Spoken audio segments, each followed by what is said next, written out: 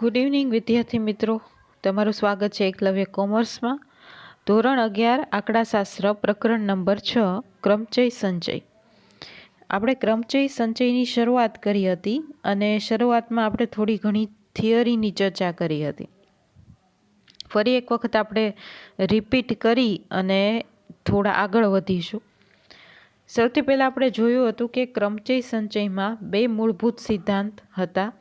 એમાં એક હતો ગણતરીનો ગુણાકારનો મૂળભૂત સિદ્ધાંત અને સરવાળાનો મૂળભૂત સિદ્ધાંત. હવે ગણતરીનો ગુણાકારનો મૂળભૂત સિદ્ધાંત શું હતો?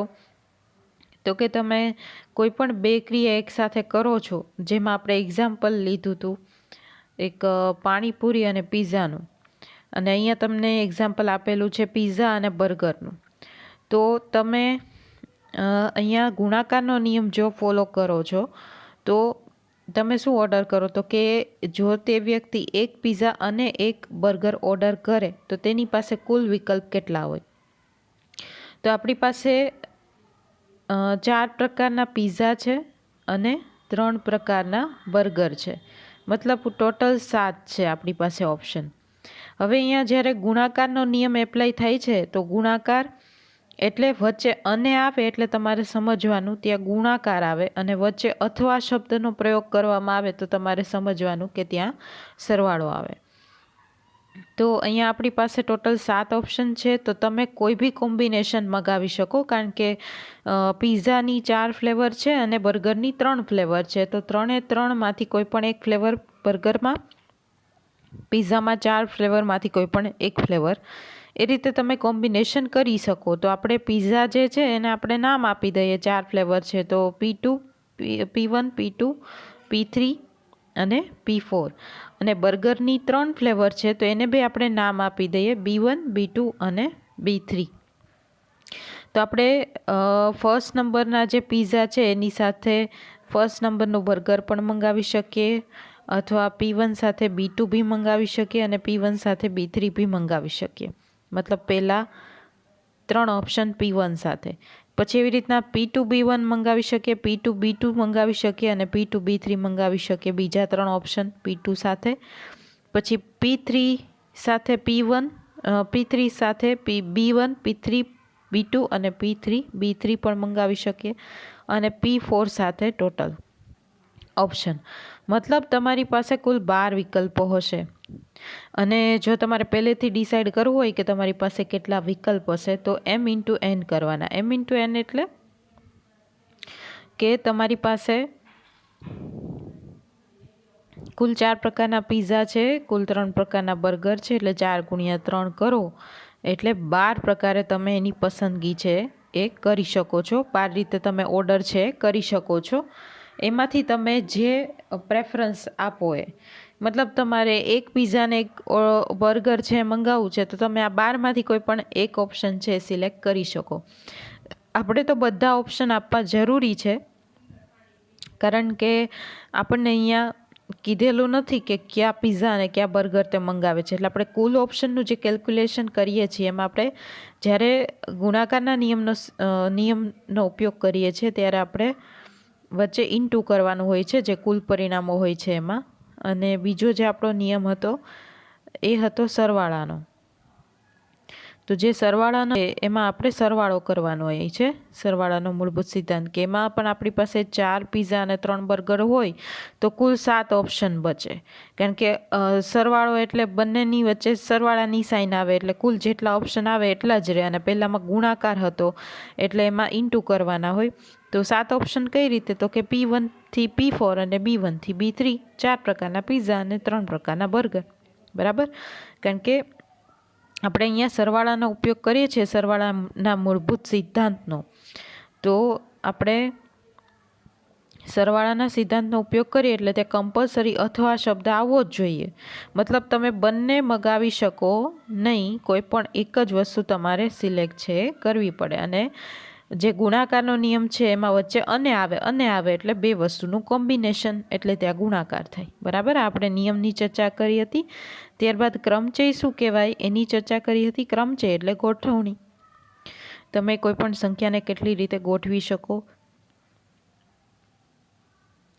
ત્યારબાદ એના સૂત્રની પણ આપણે ચર્ચા કરી હતી. અહીંયા તમને એક્ઝામ્પલ આપેલા છે. ક્રમચયના સૂત્રની પણ આપણે ચર્ચા કરી હતી. NPR એ આપણી ફોર્મ્યુલા થશે ક્રમચયની. ફરી વખત આપણે જોઈ લઈએ ક્રમચયની ફોર્મ્યુલા. આપણી ફોર્મ્યુલા થશે NPR is equal to n factorial upon n minus r factorial. n factorial upon n minus r factorial. આ આપણી ફોર્મ્યુલા થશે NPRની. અને આ કેટલાક પરિણામો હતા જે આપણે એક્ઝામ્પલ સાથે સમજેલા હતા. ફરી એકવાર રિપીટ કરી લઈએ. NP0 is equal to 1, NPN is equal to n factorial, NP1 is equal to n અને NPN minus 1 is equal to n factorial. અહીંયા તમને એક્ઝામ્પલ આપેલા જ છે અને આપણે એક્ઝામ્પલ સાથે જ સમજેલા હતા. બરાબર, એટલા માટે હું ડિટેલમાં નથી જતી. એટલે આ પરિણામો ગોખવાની જરૂર નથી, ઓટોમેટિક યાદ રહી જ જશે. હમણાં આપણે સમ કેલ્ક્યુલેટ કરશું એટલે.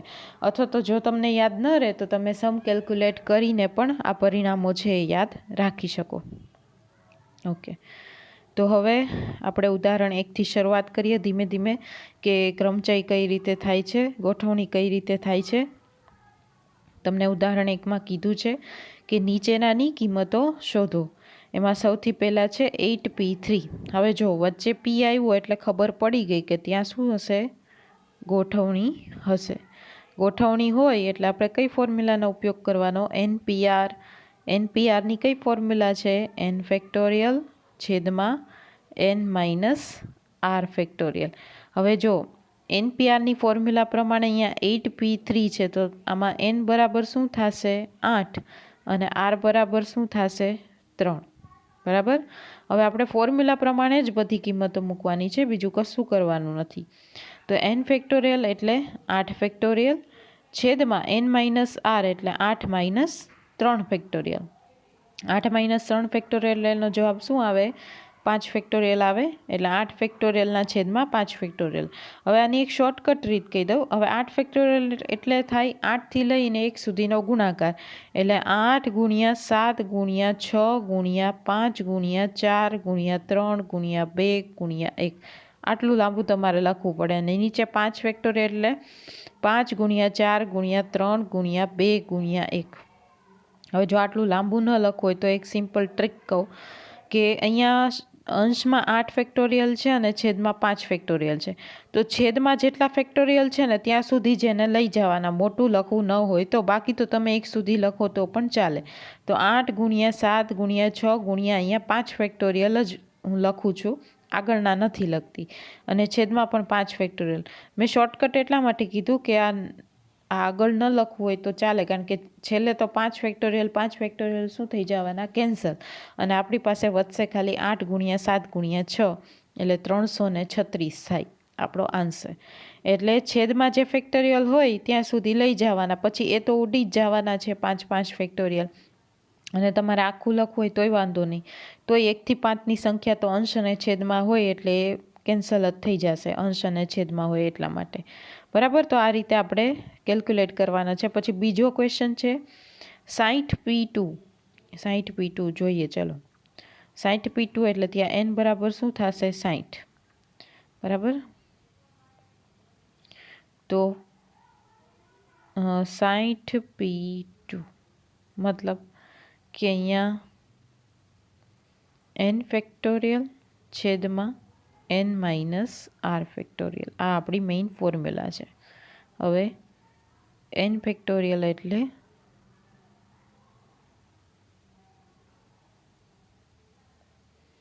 સાઠ ફેક્ટોરિયલ. 60 ફેક્ટોરિયલ છેદમાં 60 માઇનસ 2 ફેક્ટોરિયલ. હવે 60 ફેક્ટોરિયલ એઝ ઇટ ઇઝ રાખું હું, છેદમાં 60 માઇનસ 2 એટલે 58 ફેક્ટોરિયલ. હવે જો અહીંયા પણ ગુણાકાર છે ને બહુ મોટો થાય, 60 ગુણ્યા 59 ગુણ્યા 58થી લઈને 1 સુધી ગુણાકાર કરવાનો. તો અહીંયા બી શોર્ટકટ શું કરવાનું તમારે કે 58 સુધી લઈ જવાના. તો 60 ગુણ્યા 59 ગુણ્યા 58 ફેક્ટોરિયલ, કારણ કે છેદમાં 58 ફેક્ટોરિયલ છે ને, તો આ બંને શું થઈ ગયા, કેન્સલ. તો 60 ગુણ્યા 59 એ તમારો આન્સર. 60 ગુણ્યા 59 કરો એટલે તમારો આન્સર આવશે 3540.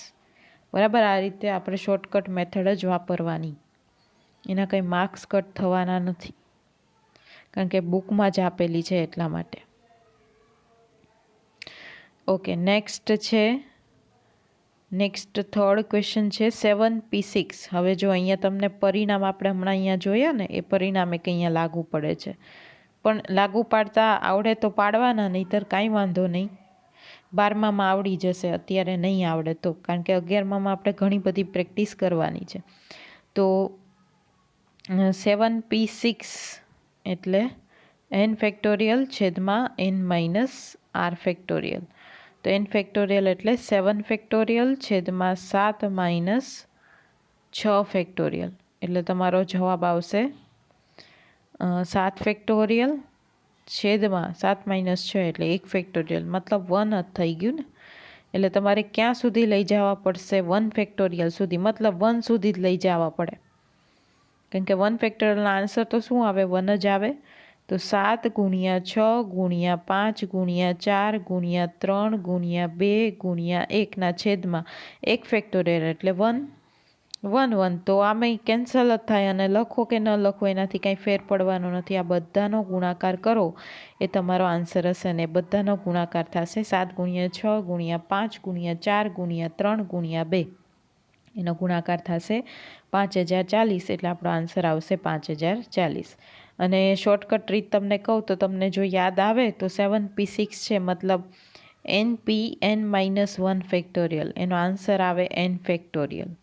એટલે 7P6 એટલે 7માંથી 6 માઇનસ કરો, 7માંથી 1 માઇનસ કરો એટલે 6 આવે ને, બરાબર. એટલે આ શોર્ટકટ, એટલે 7 ફેક્ટોરિયલ આપણો આન્સર આવે. આ શોર્ટકટ મેથડ છે, આ યાદ રહે તો વધારે સારું, નહીં યાદ રહે તો કોઈ ક્વેશ્ચન નથી, જેમ પ્રેક્ટિસ કરશું એમ યાદ રહેશે. એટલે 7 ફેક્ટોરિયલ કરો એટલે 5040 જ જવાબ આવે, બરાબર. કારણ કે અહીંયા ગુણ્યા 1 કરો કે ન કરો એનાથી કંઈ ફેર પડવાનો નથી. ઓકે, નેક્સ્ટ ક્વેશ્ચન છે ક્વેશ્ચન 4માં 5P5. આ પણ આપણું પરિણામ છે, જો અહીંયા nPn 5P5 એટલે n બરાબર 5 ને r બરાબર 5, એટલે nPn is equal to n factorial. તો n ફેક્ટોરિયલ એટલે 5P5 એટલે 5 ફેક્ટોરિયલ આન્સર આવે. અને એ રીતે ન કરવું હોય તો આપણે ફોર્મ્યુલા મૂકીએ, n ફેક્ટોરિયલ છેદમાં n માઇનસ r ફેક્ટોરિયલ, એટલે 5 ફેક્ટોરિયલ છેદમાં 5 માઇનસ 5 ફેક્ટોરિયલ. હવે 5 ફેક્ટોરિયલના છેદમાં 5 માઇનસ 5 એટલે કેટલા થાય? 0 ફેક્ટોરિયલ થાય. ઘણા વિદ્યાર્થી 0 ફેક્ટોરિયલના આન્સર 0 લખે છે, જે બિલકુલ ખોટું છે. ખાસ યાદ રાખી લેજો, 0 ફેક્ટોરિયલનો આન્સર ક્યારેય 0 નથી આવતો. 0 ફેક્ટોરિયલનો આન્સર હંમેશા 1 આવે છે. શું આવે છે? 1. તો 5 ફેક્ટોરિયલ એટલે 5 × 4 × 3 × 2 × 1 ને અપોન એ 1 જ થશે, એટલે 1 1 જવા દો, તો 5 × 4 × 3 × 2 એ તમારો આન્સર આવે. એટલે 0 ફેક્ટોરિયલનો આન્સર 0 ન આવે, 1 જ આવે, આ યાદ રાખજો. એટલે આપણો આન્સર આવશે 120. 5 × 4 × 3 × 2 ગુણ્યા 1 કરો કે ન કરો, આન્સર 120 જ આવશે, બરાબર. હવે અત્યાર સુધીના જે આ દાખલા હતા, જે આપણે આ જોયા NPR વાળા, એ સીધા દાખલા હતા. સીધા મતલબ n અને rની કિંમત તમને આપી દીધેલી હતી. હવે જે ઉદાહરણ 2થી આપણા જે દાખલા સ્ટાર્ટ થાય છે એ થોડાક એવા છે કે જેમાં n અથવા તો r નહીં આપેલા હોય, એનો આન્સર આપી દીધેલો હશે. અત્યાર સુધી છે ને આપણે આન્સર શોધતા હતા, બરાબર. હવે તમને અહીંયા આન્સર આપેલો છે ને nની કિંમત શોધવાની છે. તો આ પ્રકારના દાખલા પણ હવે આ એનું નેક્સ્ટ સ્ટેપ છે કે જેમાં તમને NPR અને આન્સરમાંથી કોઈ પણ 2 વસ્તુ આપેલી હશે અને ત્રીજી વસ્તુ છે એ તમારે શોધવાની હશે. પણ ખાસ આપણે NPRના જે દાખલા છે એ આપણને આવડતા જોવા જોઈએ. એટલે હમણાં આપણે જે ઉદાહરણ 1 કર્યું ને એના જેવા જ દાખલા છે સ્વાધ્યાય 6.1માં. એમાં ક્વેશ્ચન નંબર 1 એ સેમ એના જેવો છે. તો આપણે એની શરૂઆત કરીએ, કારણ કે આપણને પ્રેક્ટિસ વધુ થાય અને મેથડ પણ સમજાઈ જાય એટલા માટે. તો સ્વાધ્યાય 6.1 છે, એમાં ક્વેશ્ચન નંબર 1, એમાં પહેલો ક્વેશ્ચન છે 10p3 10p3 એટલે ત્યાં n બરાબર કેટલા થશે 10 અને 3 છે એ થશે આપણો r. તો રાખીએ આપણે formula NPR is equal to formula લખવી કમ્પલસરી છે. ફોર્મ્યુલા ન લખો અને ડાયરેક્ટ આન્સર કરશો એ નહીં ચાલે. અને બીજી વસ્તુ કે કદાચ કોઈ એવો ક્વેશ્ચન છે કે જે પરિણામના આધારે છે તો એમાં પરિણામ લખવું જરૂરી છે. એવું એ પણ હમણાં તમને કહીશ ક્વેશ્ચન આવે એટલે. આપણી મેઇન ફોર્મ્યુલા છે તો 10p3 એટલે થશે 10 ફેક્ટોરિયલ છેદમાં 10 - 3 ફેક્ટોરિયલ. બરાબર, એટલે આપણો આન્સર શું આવશે 10 ફેક્ટોરિયલ એ તો એમ જ રહેશે. 10 - 3 એટલે શું થશે 7 ફેક્ટોરિયલ. હવે આગળ વધીએ તો 10 ફેક્ટોરિયલને 7 ફેક્ટોરિયલ સુધી આપણે લઈ જઈશું. તો 10 × 9 × 8 × 7 ફેક્ટોરિયલ અને છેદમાં 7 ફેક્ટોરિયલ. તો 7 ફેક્ટોરિયલ 7 ફેક્ટોરિયલ કેન્સલ થઈ જશે. તો 10 × 9 × 8 કરશો એટલે તમારો જવાબ આવશે 720. એટલે આપણો ફાઇનલ આન્સર થશે 720. બરાબર, આ રીતે સમ કેલ્ક્યુલેટ કરવાના છે. ઉદાહરણ 1ની જેવા જ છે. ત્યારબાદ નેક્સ્ટ છે ક્વેશ્ચન નંબર 2માં 50p2 એટલે ફોર્મ્યુલા ફરીવાર n ફેક્ટોરિયલ છેદમાં n - r ફેક્ટોરિયલ. n બરાબર થશે 50 એટલે 50 ફેક્ટોરિયલ છેદમાં 50 - 2 ફેક્ટોરિયલ. તો 50 ફેક્ટોરિયલ 50 - 2 એટલે 48 ફેક્ટોરિયલ.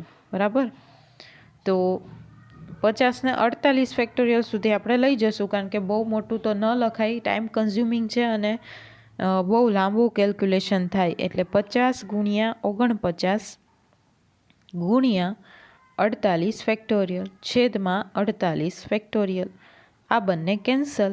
તો આપણી પાસે શું વધે છે 50 × 49. એટલે આપણો આન્સર આવશે 50 × 49 એટલે આપણો જવાબ આવશે 2450. બરાબર, અને હજી તમને એક શોર્ટકટ રીત કહી દઉં.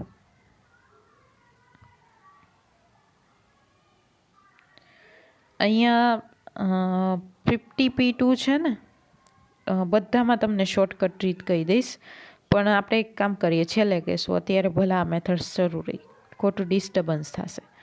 ઓકે, હવે નેક્સ્ટ છે 8p7. હવે આમાં તો પેલું પરિણામ લાગુ પડે છે તમને જો ખ્યાલ હોય તો.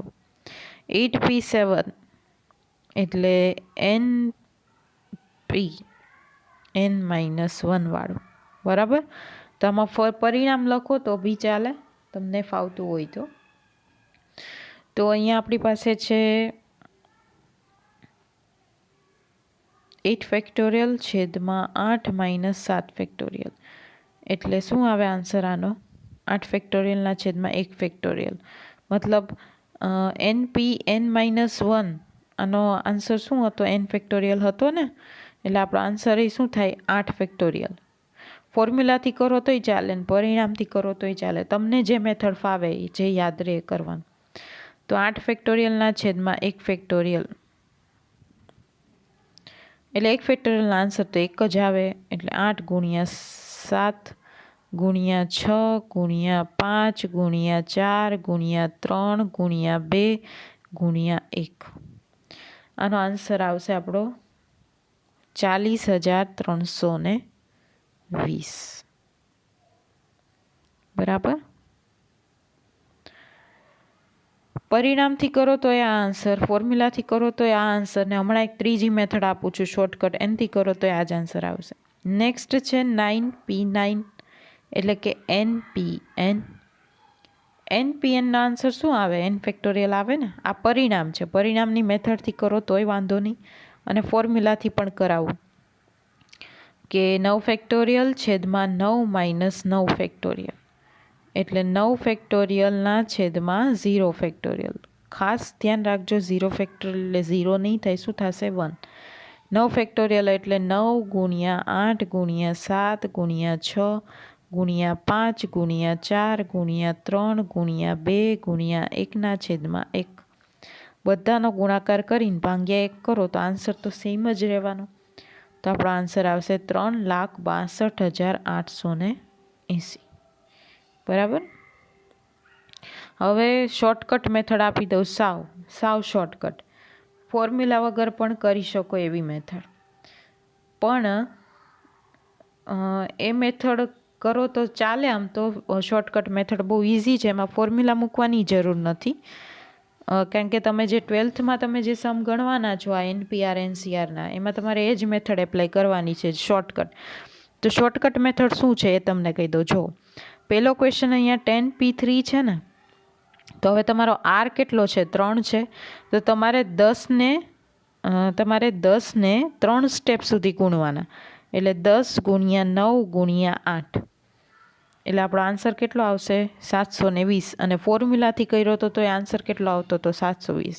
આ વિધાઉટ ફોર્મ્યુલા શોર્ટકટ મેથડ, કે જેટલા R હોય ને એટલા સ્ટેપ Nને ગુણવાના. પછી એમાં આ N ઇન્ક્લુડ થઈ જાય. મતલબ તમારે 9 ગુણ્યા 8 ગુણ્યા 10 ગુણ્યા 9 ગુણ્યા 8 ગુણ્યા 7 એમ નથી કરવાનું. તમારે 10ને જ એક સ્ટેપ કાઉન્ટ કરી લેવાનું, પછી 9 અને પછી 8, એ રીતે એક એક કિંમત ઘટાડતી જવાની, વધારવાની ક્યારેય નહીં. આ શોર્ટકટ મેથડ. અને 50p2માં પણ કહી દઉં. જો 50p2 છે તેમાં R બરાબર કેટલા છે? 2 છે ને. તો 50ને 2 સ્ટેપ સુધી ગણો. હંમેશા એક એક આંકડો ઘટાડવાનો જ, વધારવાનો ક્યારેય નહીં. કારણ કે આપણે ફેક્ટોરિયલ કરીએ છીએ ને, તો ફેક્ટોરિયલ એટલે ઘટતી કિંમત થાય, વધતી કિંમત ન થાય, એટલા માટે. તો 50 ગુણ્યા 49, સિમ્પલ. બહુ ઝડપથી આન્સર આવી જાય, 2450. અને મન લાગે તો આ જ મેથડ કરવાના એક્ઝામમાં બી. પછી છે 8p7. તો R 7 છે ને, તો 8ને 7 સ્ટેપ સુધી ગુણો. 7 સ્ટેપ એટલે 8 ગુણ્યા 7 ગુણ્યા 6 ગુણ્યા 5 ગુણ્યા 4 ગુણ્યા 3 ગુણ્યા 2. કેટલા સ્ટેપ થયા? 1 2 3 4 5 6 ને 7 સ્ટેપ થઈ ગયા. બરાબર. અને આનો આન્સર આવશે 40,320. જે ફોર્મ્યુલાથી પણ સેમ આવશે અને પરિણામનો આમાં ઉપયોગ કરો તો બી ચાલે.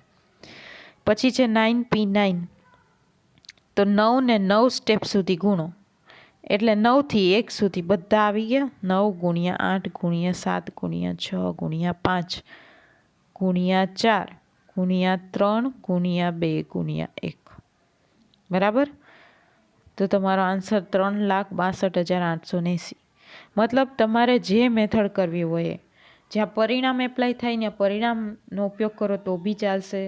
ફોર્મ્યુલાનો બધી ઉપયોગ કરવો હોય તોય મને કોઈ વાંધો નથી. અને જો શોર્ટકટ કરવો તો બેસ્ટ. કારણ કે 12મામાં આપણે શોર્ટકટ જ યાદ રાખવાની છે.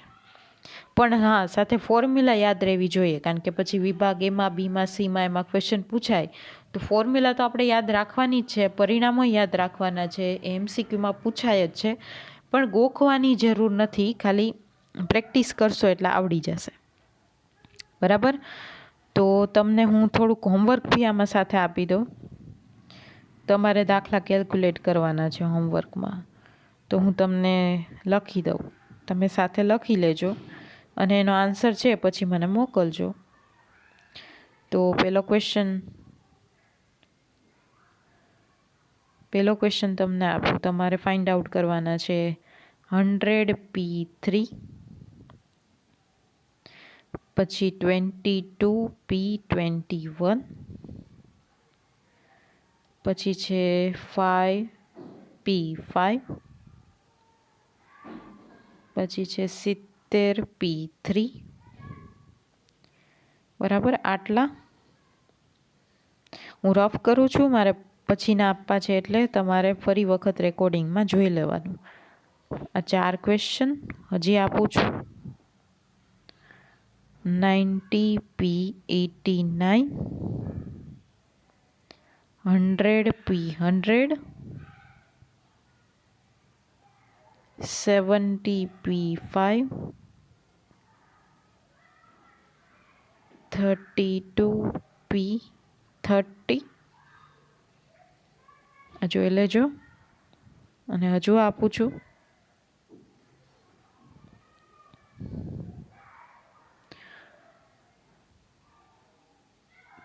200 P200. આ થોડુંક વધી જશે, કેલ્સીમાં નહીં આવે આન્સર, એટલે એક કામ કરીએ 20 P20 સુધી રાખો. બરાબર. આટલા દાખલા તમારે કેલ્ક્યુલેટ કરવાના છે, એટલે પ્રેક્ટિસ થઈ જાય. અને આટલા પ્રેક્ટિસ કર્યા પછી પણ જો કોઈને કંઈ ક્વેશ્ચન હોય તો પૂછી લેવા વિનંતી. Thank you.